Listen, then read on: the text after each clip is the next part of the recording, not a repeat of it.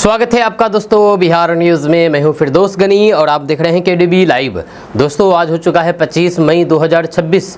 तो आज की पूरे बिहार की टॉप न्यूज़ लेकर आए हैं आपके लिए। वीडियो शुरू करने से पहले आपसे एक रिक्वेस्ट है कि अगर आप पहली बार इस चैनल पर आए हैं तो चैनल को सब्सक्राइब करके बेल आइकन को प्रेस कर दीजिए और साथ ही साथ वीडियो को लाइक कर दीजिए, अपने दोस्तों के साथ शेयर भी कीजिए। तो चलिए चलते हैं आज की खबरों की ओर। दोस्तों आज बिहार न्यूज़ की शुरुआत सबसे पहले करेंगे कि बिहार में मौसम लेगा करवट, पटना गया सहित इन जिलों में आंधी के साथ भारी बारिश का अलर्ट। दरअसल बात है कि बिहार के लोगों को जल्द ही भीषण गर्मी से निजात मिलने वाली है। मौसम विभाग ने बिहार के कई इलाकों में तेज आंधी, तूफान और फिर भारी बारिश की चेतावनी जारी कर दी है। मौसम विभाग के अनुसार बिहार में आज 25 मई से 29 मई तक मौसम बदला हुआ रह सकता है। पटना गया, मुजफ्फरपुर, भागलपुर और दरभंगा समेत कई जिलों में तेज आंधी और बारिश की संभावना जताई गई है। कुछ इलाकों में भारी बारिश भी हो सकती है। 3 लाख रुपए किलो आम, फसल देख उड़े होश, अब लाठी लेकर के रात भर जाग रहे हैं ये किसान। दरअसल बात है कि बिहार के किशनगंज जिला के एक किसान ने दुनिया के सबसे महंगे आमों में गिने जाने वाले मियाजाकी आम की खेती करके सबको चौंका दिया है। जापान की इस खास किस्म के आम की कीमत अंतर्राष्ट्रीय बाजार में करीब 2.5 लाख रुपए से 3 लाख रुपए प्रति किलो तक बताई जाती है। किसान देवाशीष ने करीब 4 साल की मेहनत के बाद इस दुर्लभ आम को उगाने में सफलता पाई है। जहाँ किशनगंज के रहने वाले हैं बिहार के। रिपोर्ट्स के मुताबिक आम की चर्चा फैलते ही इलाके में लोगों की भीड़ जुटने लगी। जहाँ इसकी ऊंची कीमतों को देखते हुए किसान अब रात भर लाठी लेकर के पेड़ की रखवाली कर रहा है ताकि कोई आम चोरी ना कर ले। किसान का कहना है कि उसने इतनी महंगी फसल पहले कभी नहीं देखी है और अब उसे इसकी सुरक्षा की चिंता सताने लगी है। हालांकि सबसे बड़ी परेशानी यह है कि किसान को अब तक सही खरीदार नहीं मिल पाया है। जहाँ उसे ये भी जानकारी नहीं है कि इतने महंगे आम को कहां और फिर कैसे बेचा जाए। विशेषज्ञों का कहना है कि मियाजाकी आम की सही कीमत पाने के लिए विशेष मार्केट, पैकेजिंग और एक्सपर्ट नेटवर्क की जरूरत होती है। बिहार के मोकामा के सोनू मोनू गैंग ने पुलिस की ही शुरू कर दी तलाशी। घर में घुसने से पहले बिहार पुलिस की हुई चेकिंग। सम्राट राज्य में उल्टी बहती कानून की बयार। दरअसल बात है कि बिहार में अपराधियों के बढ़ते हौसले को लेकर के एक बार फिर से बड़ा मामला सामने आया है। पटना में छापेमारी करने पहुंची पुलिस टीम को ही घर में घुसने से पहले तलाशी लेनी पड़ी। बताया जा रहा है कि सोनू मोनू गैंग के ठिकाने पर पहुंची पुलिस का परिजनों और फिर स्थानीय लोगों ने विरोध किया और वीडियो सोशल मीडिया पर वायरल हो गया।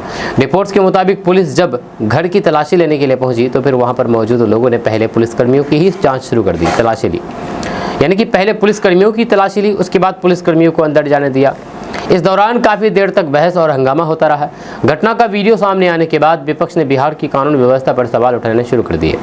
मामले को लेकर के पुलिस अधिकारियों का कहना है कि स्थिति को शांतिपूर्ण तरीके से संभालने की कोशिश की गई। वहीं पर इस घटना के बाद प्रशासन की कार्यशैली और फिर अपराधियों के बढ़ते मनोबल को लेकर के राजनीतिक बयानबाजी भी तेज हो गई है। योगी की राह पर चले शुभेंदु अधिकारी, लाउड स्पीकर, सड़क पर नमाज और गौवंश वध पर कड़े फैसले से बंगाल में हिंदुओं का जबरदस्त ध्रुवीकरण। दरअसल बात है कि पश्चिम बंगाल के मुख्यमंत्री शुभेंदु अधिकारी के हालिया बयानों और फिर मांगों को लेकर के राजनीतिक माहौल गर्मा गया है। रिपोर्ट्स के मुताबिक उन्होंने राज्य में लाउड स्पीकर, सड़क पर नमाज और फिर गौवंश वध को लेकर के सख्त नियम लागू करने की बात कही है। इसके बाद राज्य की राजनीति में ध्रुवीकरण की चर्चा तेज हो गई है। भाजपा नेताओं का कहना है कि कानून और फिर व्यवस्था बनाए रखने के लिए सख्ती जरूरी है, जबकि विपक्षी दलों ने इसे चुनावी राजनीति और फिर समाज को बांटने की कोशिश बताया है। बंगाल में पहले भी धार्मिक और फिर सांस्कृतिक मुद्दों को लेकर के राजनीतिक बयानबाजी होती रही है। राजनीतिक जानकारों का मानना है कि आने वाले चुनाव को देखते हुए बंगाल में धार्मिक और फिर पहचान आधारित मुद्दे और ज्यादा चर्चा में रह सकते हैं। वहीं पर राज्य सरकार और फिर विपक्ष के बीच इस मुद्दे पर आरोप प्रत्यारोप का दौर जारी है। हरा गमछा हो या नीला गमछा, इस तरह की बातें मुख्यमंत्री के पद पर बैठे व्यक्ति को शोभा नहीं देती, तेजस्वी यादव का आरोप। दरअसल बात है कि मुख्यमंत्री सम्राट चौधरी के हरे गमछे वाले बयान पर बिहार की राजनीति लगातार गर्म बनी हुई है। नेता प्रतिपक्ष तेजस्वी यादव ने इस पर प्रतिक्रिया देते हुए कहा कि हरा गमछा हो या नीला गमछा, इस तरह की बातें मुख्यमंत्री के पद पर बैठे व्यक्ति को शोभा नहीं देती है। उन्होंने आरोप लगाया है कि सरकार असली मुद्दों से ध्यान भटकाने की कोशिश कर रही है। तेजस्वी यादव ने कहा कि बिहार में बेरोजगारी, महंगाई और फिर कानून व्यवस्था जैसे मुद्दे ज़्यादा अहम हैं, लेकिन सरकार बयानबाजी में उलझी हुई है। उन्होंने ये भी कहा है कि समाज को बांटने वाली राजनीति से राज्य का विकास नहीं होगा। वहीं भाजपा नेताओं का कहना है कि मुख्यमंत्री के बयान को विपक्षी दल गलत तरीके से पेश कर रहा है। हरे गमछे वाले बयान के बाद बिहार में राजनीतिक आरोप प्रत्यारोप का दौर और तेज हो गया है।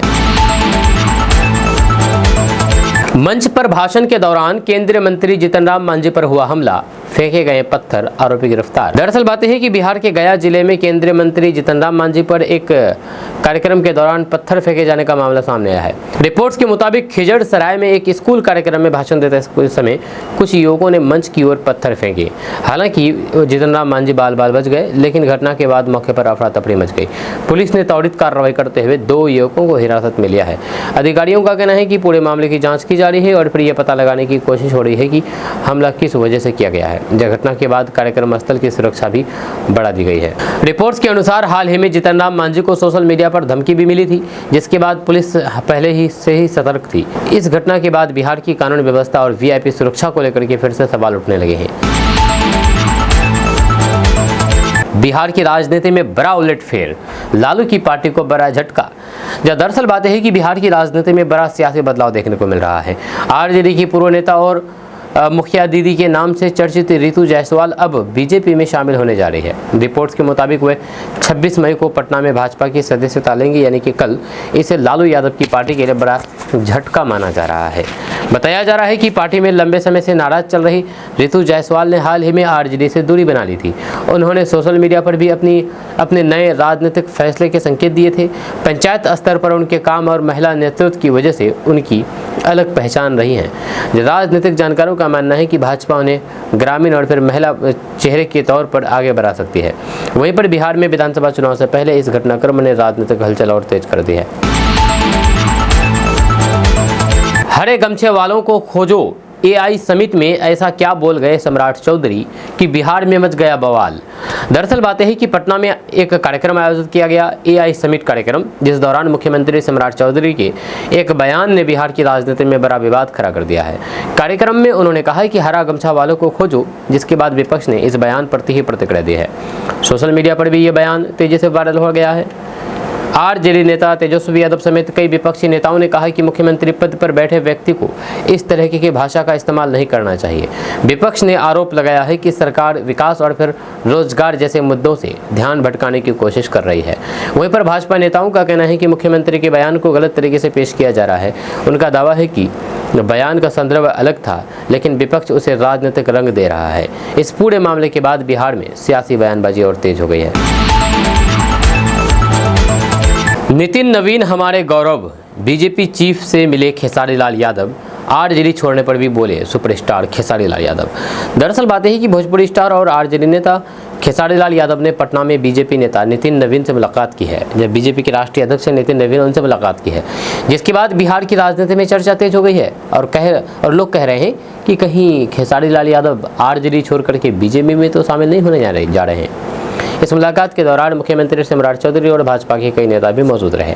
खेसारी लाल यादव ने नितिन नवीन को बिहार का गौरव बताया और उन्हें जन्मदिन की शुभकामनाएं दी है। मुलाकात के बाद खेसारी लाल यादव के बीजेपी में जाने और आरजेडी छोड़ने की अटकलें तेज हो गई हैं। हालांकि उन्होंने साफ कहा है कि वह सिर्फ शिष्टाचार मुलाकात थी और फिलहाल पार्टी बदलने जैसी कोई बात नहीं है। उन्होंने कहा है कि राजनीति से ज्यादा उनका फोकस जनता और अपने काम पर रहे। खेसारी लाल यादव पहले भी बिहार की राजनीति में सक्रिय रहे हैं और विधानसभा चुनाव भी लड़ चुके हैं आरजेडी पार्टी से। ऐसे में बीजेपी नेताओं से उनकी मुलाकात को लेकर के राजनीतिक हलकों में नई तरह की चर्चा हो रही है। बिहार से नहीं बल्कि आसाम से है। आसाम में भाईचारे की मिसाल सामने आई है। बकरीद पर असम के मुसलमानों ने लिया ऐतिहासिक फैसला, सीएम हेमंत बिस्वा शर्मा ने किया स्वागत। दरअसल बात है कि असम में बकरीद से पहले कई मुस्लिम संगठनों और फिर ईदगाह कमेटियों ने बड़ा फैसला लिया है। रिपोर्ट्स के मुताबिक इन संगठनों ने लोगों से बकरीद पर गाय की कुर्बानी नहीं देने की अपील की है। इसे लेकर के मुख्यमंत्री हेमंत बिस्वा शर्मा ने भी स्वागत किया है और कहा है कि यह फैसला राज्य में भाईचारे और फिर सामाजिक सौहार्द को मजबूत करेगा। बताया जा रहा है कि धुबरी समेत कई इलाकों की ईदगाह कमेटियों ने लोगों से असम कैपिटल प्रिजर्वेशन कानून का पालन करने को कहा है। यह कमेटियों का कहना है कि इस्लाम में सिर्फ गाय की कुर्बानी जरूरी नहीं है, दूसरे जानवरों की कुर्बानी भी दी जा सकती है। साथ ही कानून तोड़ने पर सख्त सजा का भी जिक्र किया गया है। मुख्यमंत्री हेमंत बिस्वा शर्मा ने इसे स्वैच्छिक और फिर ऐतिहासिक कदम बताते हुए कहा कि इससे अलग अलग समुदाय के बीच सम्मान और शांति का माहौल मजबूत होगा। इस फैसले को लेकर के अब देश भर में चर्चा हो रही है और इसे सामाजिक सद्भाव से जोड़ करके देखा जा रहा है। सुशासन नहीं, डर का शासन, सीएम सम्राट चौधरी के बयान पर रोहिणी का तंज। दरअसल बातें हैं कि बिहार एआई समिट में मुख्यमंत्री सम्राट चौधरी के हरे गमछा वाले बयान पर सियासत तेज हो गई है।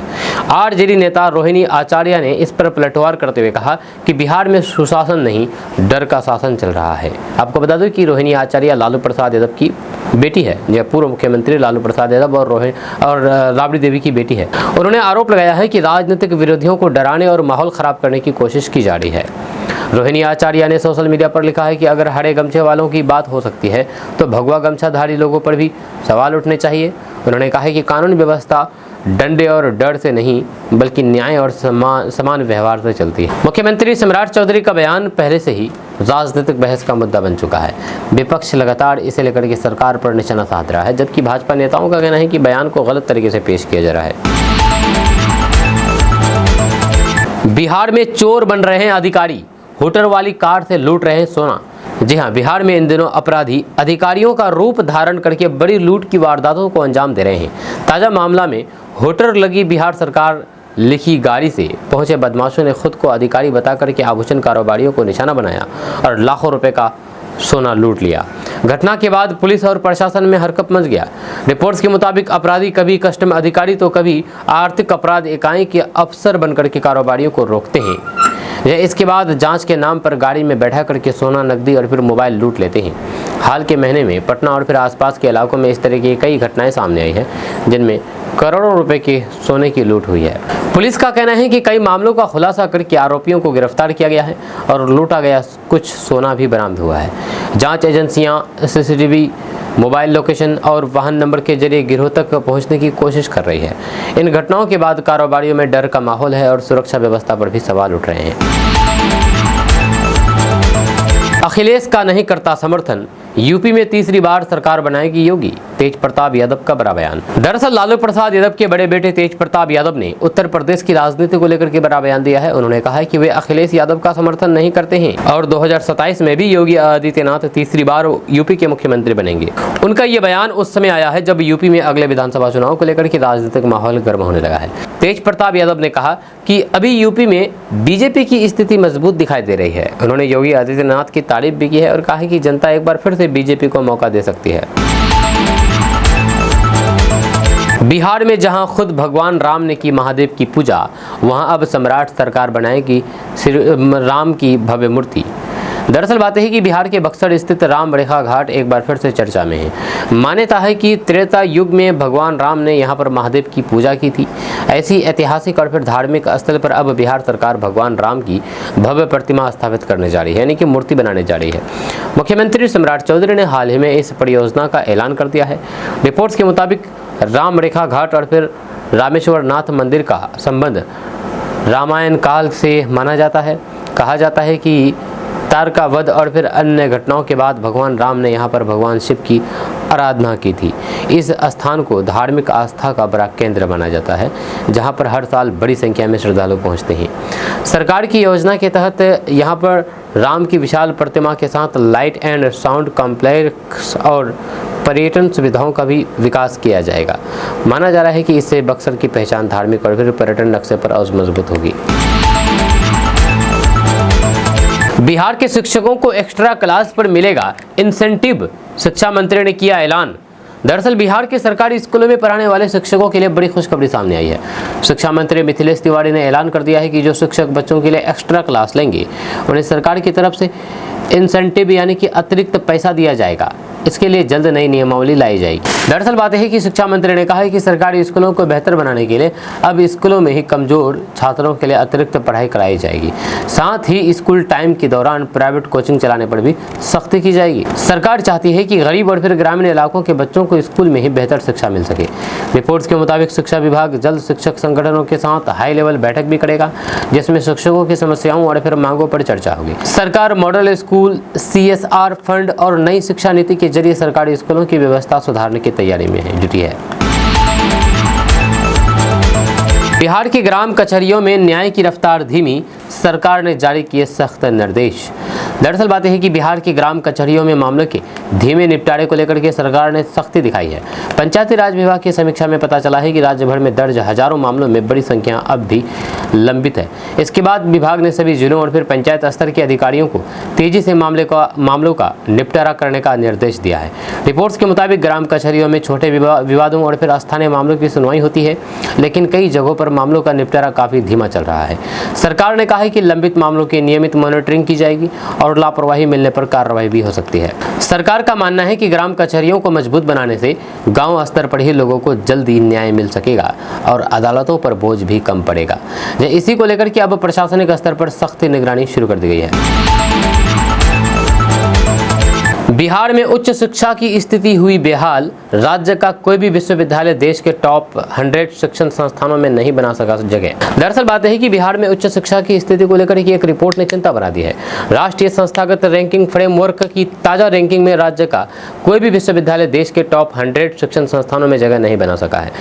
इन रिपोर्ट्स के सामने आने के बाद शिक्षा व्यवस्था पर कई सवाल उठ रहे हैं। रिपोर्ट्स के मुताबिक बिहार के कई बड़े विश्वविद्यालय बुनियादी सुविधाओं, शिक्षकों की कमी, रिसर्च और फिर आधुनिक संसाधनों की समस्या से जूझ रहे हैं। कई संसाधनों में नियमित शैक्षणिक सत्र और फिर गुणवत्तापूर्ण पढ़ाई भी बड़ी चुनौती बनी हुई है।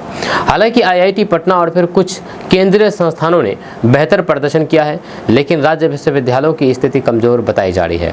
शिक्षा विशेषज्ञों का कहना है कि उच्च शिक्षा में सुधार के लिए सरकार को इंफ्रास्ट्रक्चर, रिसर्च और फिर शिक्षकों की नियुक्ति पर ज्यादा ध्यान देना होगा। छात्रों का भी मानना है कि बेहतर शिक्षा और फिर अवसर के लिए बड़ी संख्या में युवाओं को बिहार से बाहर जाना पड़ रहा है।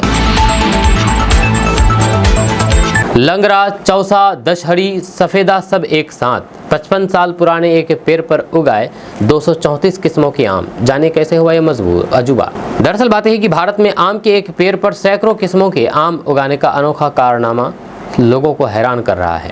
रिपोर्ट्स के मुताबिक एक पुराने आम के पेड़ पर लंगरा, चौसा, दशहरी, सफेदा समेत 234 से ज्यादा किस्मों के आम उगाए गए हैं। ये संभव हुआ है खास ग्राफ्टिंग तकनीक की मदद से, जिसमें अलग अलग किस्मों की शाखाओं को एक ही पेड़ में जोड़ा जाता है। विशेषज्ञों के अनुसार ग्राफ्टिंग के जरिए एक ही पेड़ पर अलग अलग स्वाद, रंग और फिर आकार के आम उगाए जा सकते हैं। भारत में मैंगो मैन के नाम से मशहूर कई बागवान वर्षों से इस तकनीक पर काम कर रहे हैं और सैकड़ों किस्म के आम तैयार कर चुके हैं। आम की प्रमुख किस्मों में लंगरा, चौसा, दशहरी और फिर सफेदा देश भर में काफी लोकप्रिय मानी जाती है। बागवानी विशेषज्ञों का कहना है कि सही देखभाल और फिर वैज्ञानिक तकनीक से एक ही पेड़ को मिनी आम बाग में बदला जा सकता है। यानी कि पेड़ रहेगा एक और उसमें अलग अलग किस्म का आम फलेंगे। जी हाँ, ये नई तकनीक है। बिहार की 3300 और पंचायतों में बनेगा खेल का मैदान।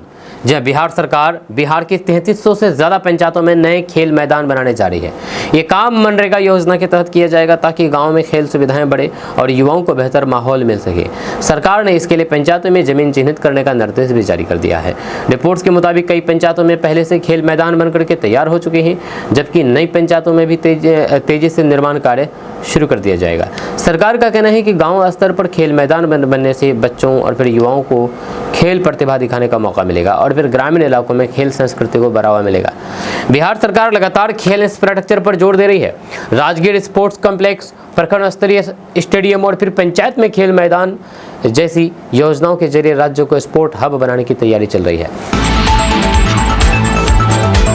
पटना एसएसपी का बड़ा एक्शन, अपराधी के घर छापेमारी में खुद की तलाशी देना पड़ा भारी। दरअसल बात यह है कि पटना में अपराधियों के खिलाफ छापेमारी के दौरान पुलिस की कार्रवाई पर सवाल उठने के बाद एसएसपी ने बड़ा कदम उठाया है। वायरल वीडियो में देखा गया है कि छापेमारी करने गई पुलिस टीम को खुद अपनी तलाशी देनी पड़ी। इस घटना के बाद पुलिस की कार्यशैली पर सवाल उठे और मामला सोशल मीडिया पर तेजी से वायरल हो गया। रिपोर्ट्स के मुताबिक छापेमारी के दौरान अपराधी के परिजनों ने जमकर के विरोध किया। वीडियो में पुलिसकर्मी असहज स्थिति में नजर आए, जिसके बाद आम लोगों के बीच पुलिस की छवि को लेकर भी चर्चा शुरू हो गई है। मामले को गंभीरता से लेते हुए पटना एसएसपी ने संबंधित 2 थाना अधीक्षकों को तत्काल प्रभाव से सस्पेंड कर दिया है। एसएसपी ने कहा है कि पुलिस की गरिमा और फिर कानून व्यवस्था से समझौता बर्दाश्त नहीं किया जाएगा। पूरे मामले की जांच के आदेश दिए गए हैं और जिम्मेदार अधिकारियों पर आगे भी कार्रवाई हो सकती है। अब जनता जाग रही है। वीआईपी साहब के लिए पुलिस ने रोका रास्ता तो जनता ने बजा दिया पुलिस कर्मियों का बैंड। दरअसल बात है कि बिहार से एक ऐसा वीडियो सोशल मीडिया पर तेजी से वायरल हो रहा है जिसमें वीआईपी मूवमेंट के लिए पुलिस द्वारा सड़क रोकने पर आम लोग नाराज नजर आए। यानी कि वीआईपी के लिए रोड ब्लॉक कर दिया था और लोग बुरी तरह से फंसे हुए थे।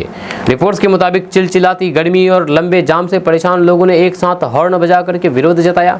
इसके बाद मौके पर काफ़ी देर तक अफरा तफरी जैसी स्थिति बनी रही। बताया जा रहा है कि किसी वीआईपी के काफिले को निकालने के लिए ट्रैफिक को कुछ समय के लिए रोक दिया गया था, लेकिन सड़क पर फंसे लोगों का गुस्सा बढ़ गया और उन्होंने लगातार हॉर्न बजा करके अपना विरोध दर्ज कराया। सोशल मीडिया पर इस घटना का वीडियो तेजी से शेयर किया जा रहा है। वीआईपी मूवमेंट के दौरान आम जनता को होने वाली परेशानी को लेकर के पहले भी कई बार सवाल उठते रहे हैं। अब इस वायरल वीडियो के बाद लोग सोशल मीडिया पर पुलिस व्यवस्था और फिर वीआईपी कल्चर को लेकर के अलग अलग प्रतिक्रिया दे रहे हैं। बिहार सरकार ने 350 करोड़ की 20 औद्योगिक परियोजनाओं को दी मंजूरी, जाने किन जिलों में मिलेगा फायदा। दरअसल बात है कि बिहार में उद्योग और फिर निवेश को बढ़ावा देने के लिए बिहार सरकार ने करीब 350 करोड़ रुपए की 20 नई औद्योगिक परियोजनाओं को मंजूरी दी है। इन परियोजनाओं के जरिए बिहार के कई जिलों में नए उद्योग स्थापित होंगे और रोजगार के अवसर बढ़ने की उम्मीद जताई जा रही है। रिपोर्ट्स के मुताबिक खाद्य प्रसंस्करण, प्लास्टिक, टेक्सटाइल और छोटे मैन्युफैक्चरिंग सेक्टर से जुड़ी इकाइयों को मंजूरी मिली है। पटना, मुजफ्फरपुर, गया, बेगूसराय, भागलपुर और हाजीपुर समेत कई जिलों को इसका फायदा मिलने वाला है। सरकार का कहना है कि इन परियोजनाओं से स्थानीय स्तर पर निवेश और फिर आर्थिक गतिविधियां तेज होगी। उद्योग विभाग के अनुसार नई औद्योगिक नीति के तहत निवेशकों को प्रोत्साहित दिया जा रहा है। सरकार का लक्ष्य बिहार में उद्योगों का विस्तार करके युवाओं के लिए ज्यादा रोजगार पैदा करना और फिर राज्य की अर्थव्यवस्था को मजबूत बनाना है। बिहार में ईवी खरीदने पर किसे कितनी मिलेगी सब्सिडी, सरकार का पूरा नियम जानिए। 1 जून से लागू होगी नई नीति। दरअसल बात है कि बिहार सरकार 1 जून से नई इलेक्ट्रिक वाहन यानी कि ईवी नीति लागू करने जा रही है। इस नई पॉलिसी के तहत इलेक्ट्रिक 2 व्हीलर, 3 व्हीलर और 4 व्हीलर खरीदने वालों को सब्सिडी दी जाएगी। सरकार का उद्देश्य राज्य के इलेक्ट्रिक वाहनों को बढ़ावा देना और प्रदूषण कम करना है। रिपोर्ट्स के मुताबिक इलेक्ट्रिक 2 पहिया वाहन खरीदने पर प्रति किलोवाट बैटरी क्षमता के हिसाब से सब्सिडी मिलेगी। वहीं पर ई रिक्शा और फिर इलेक्ट्रिक कार खरीदने वालों को भी तय समय तक आर्थिक सहायता दी जाएगी।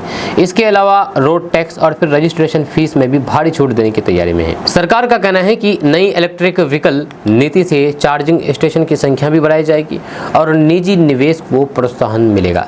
माना जा रहा है कि इस योजना से आम लोगों को सस्ते और फिर पर्यावरण अनुकूल वाहनों की ओर बढ़ने में मदद मिलेगी। नकली नोटों का साम्राज्य ध्वस्त, एसटीएफ मिलिट्री इंटेलिजेंस की ज्वाइंट रेड में तस्कर गिरफ्तार, विदेश तक फैला था जाली करेंसी का काला कारोबार। दरअसल बात है कि बिहार में नकली नोटों के बड़े नेटवर्क का खुलासा हुआ है। एसटीएफ और फिर मिलिट्री इंटेलिजेंस की संयुक्त कार्रवाई में जाली नोट तस्करी से जुड़े एक बड़े आरोपी को गिरफ्तार किया गया है।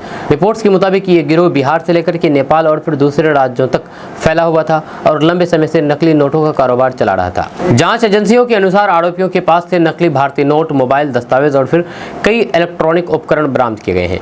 बताया जा रहा है कि गिरोह सीमा पार नेटवर्क के जरिए जाली नोटों की सप्लाई करता था। एसटीएफ और फिर सुरक्षा एजेंसियां अब इस नेटवर्क से जुड़े अन्य लोगों की तलाश में जुटी हुई है। रिपोर्ट्स में यह भी सामने आया है कि बिहार और फिर नेपाल बॉर्डर के रास्ते नकली नोटों की तस्करी पहले भी कई बार पकड़ी जा चुकी है। एजेंसियों का कहना है कि इस कार्रवाई से एक बड़े अंतर्राष्ट्रीय नेटवर्क को बड़ा झटका लगा है और फिर आगे भी जाँच जारी रहेगी। दोस्तों, इस बकरीद के मौके पर पश्चिम बंगाल के पशु व्यापारी रो रहे हैं। वह खुलेआम माइक पर आकर के ये कह रहे हैं कि कोई भी मुस्लिम व्यक्ति कुर्बानी के लिए गाय नहीं खरीद रहे हैं। जब मुस्लिम व्यक्तियों का कहना है हम गाय नहीं खरीदेंगे, हम गाय की कुर्बानी नहीं करेंगे क्योंकि गाय आपकी माता है, इसलिए आप इसको घर में रखिए और अगर हम इसको खरीदेंगे तो हम इसको, जाहिर सी बात है कि बकरीद है तो बकरीद में कुर्बानी देना पड़ेगा, जिस वजह से हम गाय नहीं खरीदेंगे। ये आपकी माता है तो आप इसकी सेवा कीजिए घर में रख करके। वहीं पर पशु व्यापारियों का कहना है कि 1950 से हम लोग इस व्यापार में हैं, मेरे दादा परदादा सब व्यापार में हैं, पशु के ही व्यापार में हैं और कोई दूसरा हम लोगों का धंधा नहीं है। अगर हम लोग पशु नहीं बेचेंगे तो हम लोग भूखे मर जाएंगे। लेकिन अब मुस्लिम समाज के लोगों ने ये ठान लिया है कि हम लोग गाय नहीं काटेंगे, अब गाय को राष्ट्रीय पशु घोषित किया जाना चाहिए। मुस्लिम समाज की तरफ से ये बिल्कुल भी मांग की जा रही है, खुलेआम मांग की जा रही है, लेकिन सरकार इस पर ध्यान नहीं दे रही है। हम आपको इस पूरी खबर के बारे में बताएंगे विस्तार से, डिटेल से। उससे पहले आप हमारे इस पेज को फॉलो कर लीजिए इसी तरह की खबरें देखने के लिए। दरअसल आप अपने मोबाइल स्क्रीन पर जिस तस्वीर को देख रहे हैं, जिस वीडियो को देख रहे हैं, इसका नाम है बबलू कुमार, जो कि पश्चिम बंगाल के रहने वाले हैं। ये मीडिया के सामने हमें आकर के अपना दर्द बयां कर रहे हैं कि मेरा अगर पशु अगर नहीं बिकेगा तो हम क्या करें।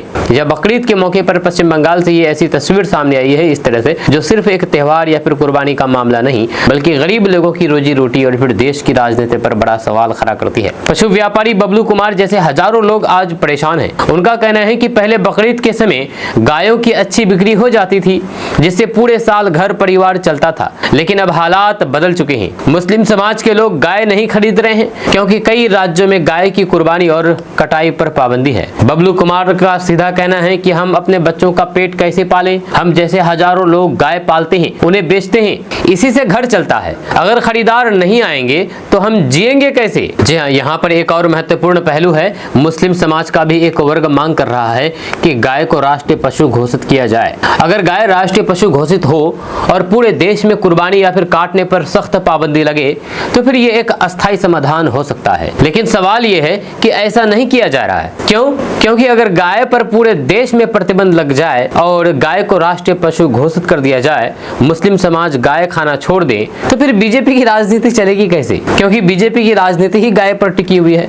गाय की राजनीति कई जगहों पर भावनात्मक मुद्दा है और बीजेपी की राजनीति इससे जुड़ी हुई है। इसका नतीजा यह है कि गाय पर प्रतिबंध और फिर राष्ट्रीय पशु घोषित करने जैसी मांगों पर कोई ठोस कदम नहीं उठता। अररिया जिला से जो तस्वीर सामने आई है उसने फिर से पूरे सिस्टम पर सवाल खड़े कर दिया है। अररिया में परमान नदी पर बना झामटा महिषाकोल पुल, जिस पर करीब 7 करोड़ 32 लाख रुपए खर्च हुए थे, 3 साल पहले ही ये पुल बना था, अब खुद सवालों के घेरे में आ गया है। जी हाँ, बताया जा रहा है कि पुलों के एक मुख्य पिलर के धंसने के बाद पुल में दरारें आ गई है। सबसे हैरानी की बात यह है कि इस पुल का निर्माण ज्यादा पुराना भी नहीं हुआ है, करीब 3 से 4 साल पहले ही इस पुल को बनाया गया था। वहीं पर हमारे देश में, हमारे बिहार में ही अंग्रेजों के जमाने के पुल अभी भी चल रहे हैं, उसमें बड़ी बड़ी गाड़ियां आवागमन करते हैं। लेकिन यहाँ पर आजाद देश में अनपढ़ नेताओं के द्वारा महज 3 से 4 साल पहले बनाया गया पुल धंस रहा है।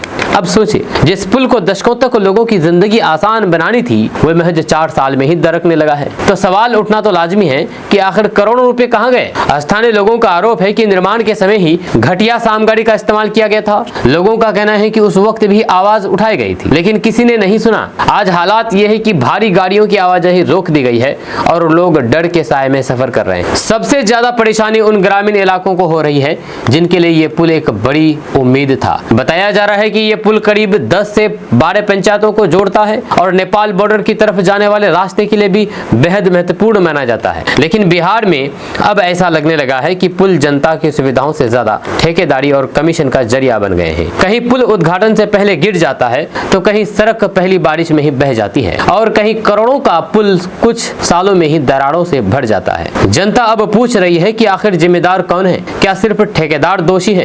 क्या इंजीनियरों की कोई जवाबदेही नहीं है? क्या जांच सिर्फ खबरों तक सीमित रह जाएगी? सबसे दुख की बात यह है कि जब तक कोई भी बड़ा हादसा नहीं होता तब तक सिस्टम नींद से नहीं जागता। अगर कल को इस पुल पर कोई बड़ी दुर्घटना हो जाती तो फिर शायद फिर वही पुराना बयान आता कि जांच के आदेश दे दिए गए हैं। बस यहीं तक मामला रफा दफा। दोस्तों, किशनगंज में बकरीद को लेकर के तैयारियां शुरू हो गई है। जब बाजारों में रौनक बढ़ गई है, लोग खरीदारी में जुट गए हैं और हर तरफ त्योहार की खुशियां दिखाई दे रही है। लेकिन इन खुशियों के बीच सबसे जरूरी बात यह है कि हमारा ये त्योहार पूरी तरह से शांतिपूर्ण माहौल में संपन्न हो और किशनगंज की भाईचारा वाली पहचान हमेशा की तरह कायम रहे। किशनगंज हमेशा से गंगा जमीनी तहजीब और फिर आपसी प्रेम का प्रतीक रहा है। यहाँ हिंदू, मुस्लिम, सिख, ईसाई सभी धर्मों के लोग मिलजुल करके रहते हैं। हर त्योहार में लोग एक दूसरे की खुशियों में शामिल होते हैं और यही हमारी सबसे बड़ी ताकत है। बकरीद भी सिर्फ कुर्बानी का त्योहार नहीं, बल्कि ये त्याग, इंसानियत और आपसी मोहब्बत का संदेश देता है। इस मौके पर सभी लोगों से अपील है कि त्योहार को पूरी जिम्मेदारी और फिर समझदारी के साथ मनाएं, या ऐसा कोई भी काम न करें जिससे किसी दूसरे समुदाय की भावनाओं को ठेस पहुंचे। सोशल मीडिया पर भी किसी तरह का भड़काऊ पोस्ट, अफवाह, विवादित वीडियो शेयर करने से बचें। कोई भी कुर्बानी से संबंधित से फोटो या फिर वीडियो शेयर करने से बचें, क्योंकि कई बार छोटी छोटी बातें भी माहौल माहौल खराब कर देती है। और इस वीडियो को अपने दोस्तों के साथ शेयर करें कि वो भी जान सके और किसी भी मुसीबत से बच सके। जी हाँ, प्रशासन की तरफ से भी साफ निर्देश दे दिया गया है कि कानूनी व्यवस्था से खिलवाड़ करने वालों पर सख्त कार्रवाई की जाएगी। अगर कोई व्यक्ति अफवाह फैलाता है, माहौल बिगाड़ने की कोशिश करता है या कानून का उल्लंघन करता है तो फिर उस पर कानूनी कार्रवाई हो सकती है। इसलिए सभी लोग जिम्मेदार नागरिक की तरह व्यवहार करें और प्रशासन का सहयोग करें। बकरीद के मौके पर साफ सफाई का भी विशेष ध्यान रखना जरूरी है। कुर्बानी के बाद आसपास गंदगी न फैलाएं और प्रशासन द्वारा तय नियमों का पालन करें। कोशिश यही होनी चाहिए कि किसी को कोई परेशानी ना हो और त्योहार की खुशियां सभी तक पहुंचे। आज देश में कई बार धर्म और फिर जाति के नाम पर माहौल खराब करने की कोशिश होती है, लेकिन किशनगंज के लोगों ने हमेशा भाईचारे की मिसाल पेश की है। दोस्तों, बिहार के मुख्यमंत्री सम्राट चौधरी किशनगंज के दौरे पर आने वाले हैं। अब इसकी तैयारियां भी तेज हो गई है। बताया जा रहा है कि पदभार संभालने के बाद उनका ये पहला किशनगंज दौरा हो सकता है, जिसको लेकर के किशनगंज जिले में हलचल बढ़ गई है। हालांकि अभी आधिकारिक तारीख की घोषणा नहीं हुई है, लेकिन प्रशासन और पार्टी कार्यकर्ताओं के बीच तैयारियां जोर शोर से चल रही है। सुरक्षा व्यवस्था को लेकर के पुलिस और प्रशासन अलर्ट मोड पर आ रहे हैं। यह कार्यक्रम स्थल से लेकर के सड़क मार्ग तक की निगरानी की जा रही है और साफ सफाई तथा सौंदर्यीकरण का काम भी तेजी से शुरू कर दिया गया है। किशनगंज जैसे सीमांचल इलाकों में मुख्यमंत्री का दौरा राजनीतिक रूप से भी काफी अहम माना जा रहा है, क्योंकि लंबे समय से सीमांचल के लोग विकास, शिक्षा, स्वास्थ्य, सड़क और फिर रोजगार जैसे मुद्दों को लेकर के आवाज उठाते रहे हैं। ऐसे में अब लोगों की नजर इस बात पर टिकी है कि मुख्यमंत्री सम्राट चौधरी अपने इस संभावित दौरे में किशनगंज और सीमांचल को क्या नई सौगात देते हैं। स्थानीय लोगों के बीच भी मुख्यमंत्री के आगमन को लेकर के चर्चा तेज हो गई है। कई लोग उम्मीद कर रहे हैं कि इस दौरे के दौरान जिले के अधूरे विकास कार्यों पर चर्चा होगी और नई योजनाओं का ऐलान भी किया जा सकता है। वहीं पर राजनीतिक जानकार इसे आने वाले चुनाव से भी जोड़ करके देख रहे हैं। प्रशासन की तरफ से कार्यक्रम स्थल की तैयारी, सुरक्षा व्यवस्था और ट्रैफिक कंट्रोल को लेकर के लगातार बैठकें की जा रही है। सूत्रों के मुताबिक भीड़ को देखते हुए सुरक्षा के कड़े इंतजाम किए जाएंगे ताकि कार्यक्रम शांतिपूर्ण तरीके से संपन्न हो सके। किशनगंज की जनता अभी इस बार इंतजार में है कि मुख्यमंत्री का ये दौरा सिर्फ भाषण और स्वागत तक सीमित रहेगा। दोस्तों, सीमांचल में सुरक्षा एजेंसियों का सीक्रेट ऑपरेशन चल रहा है। जी हाँ, सीमांचल के किशनगंज और अररिया जिला केंद्रीय और राज्य खुफिया एजेंसियों के निशाने पर है, निगरानी पर है। यहाँ तक कि विदेश यात्रा करने वालों, संदिग्ध लेन देन और सीमा पार गतिविधियों पर डेटा एकत्रित किया जा रहा है। नेपाल और पश्चिम बंगाल सीमा से सटे सीमांचल के किशनगंज, अररिया जिले इन दिनों केंद्रीय और फिर राज्य खुफिया एजेंसियों की विशेष निगरानी में है। विदेश से आने वाले फंड, संदिग्ध बैंकिंग ट्रांजेक्शन और फिर विदेश यात्रा करने वाले लोगों का डेटा एकत्रित किया जा रहा है। हम आपको इस पूरी खबर के बारे में बताएंगे विस्तार से, डिटेल से। उससे पहले आप हमारे इस पेज को फॉलो कर लीजिए इसी तरह खबरें देखने के लिए। तो दरअसल बातें हैं कि सीमांचल में इन दिनों सुरक्षा एजेंसियों की गतिविधियां अचानक तेज हो गई है। किशनगंज और अररिया जैसे सीमावर्ती जिले अब केंद्रीय और राज्य खुफिया एजेंसियों के खास रडार पर है। विदेश यात्रा करने वाले लोग, संदिग्ध बैंक ट्रांजेक्शन, सीमा पार गतिविधियां और फिर विदेश से आने वाले फंड, हर चीज पर नजर रखी जा रही है। बताया जा रहा है कि केंद्रीय गृह मंत्री अमित शाह की हालिया सुरक्षा समीक्षा बैठक के बाद पूरे इलाके में निगरानी और सख्त कर दी गई है। सूत्रों के मुताबिक खुफिया एजेंसियां पिछले कुछ वर्षों में खाड़ी देशों और फिर दूसरे देशों की यात्रा करने वाले लोगों का डेटा तैयार कर रही है। इसमें टूरिस्ट वीजा, स्टूडेंट वीजा, नौकरी, धार्मिक यात्रा और बिजनेस वीजा पर विदेश जाने वालों की जानकारी जुटाई जा रही है। एजेंसियां ये भी पता लगा रही है कि विदेश यात्रा का खर्च कहां से आया, विदेश में किन लोगों या फिर संस्थानों से संपर्क रहा और लौटने के बाद उनकी गतिविधियों में क्या बदलाव आया।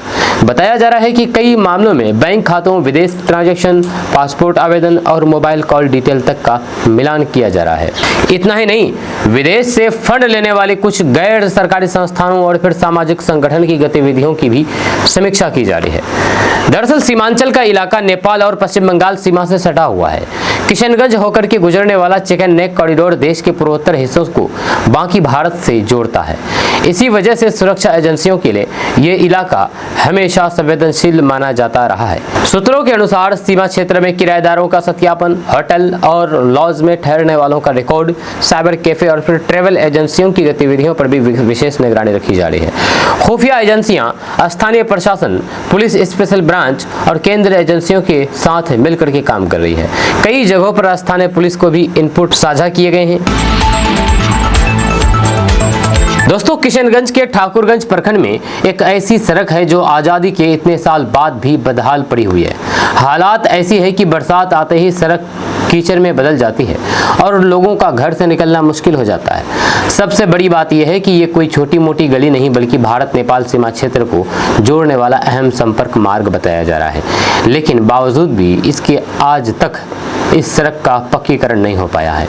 मामला ठाकुरगंज प्रखंड के बंदरझूला ग्राम पंचायत के वार्ड संख्या 2 स्थित बाड़ी जमीन गांव से कद्दू भिटा यूपी तक जाने वाली सड़क का है। स्थानीय ग्रामीणों का कहना है कि ये सड़क वर्षों से बदहाल है और हर चुनाव में सिर्फ वादे किए जाते हैं, लेकिन जमीनी स्तर पर कोई भी काम नहीं होता है।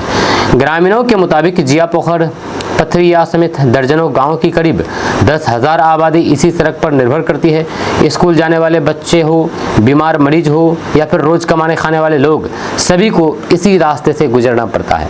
लेकिन सड़क की हालात इतने खराब है कि बरसात में बाइक तो दूर पैदल चलना भी मुश्किल हो जाता है। लोगों का कहना है कि बारिश के दौरान सड़क पर बड़े बड़े गड्ढों में पानी भर जाता है।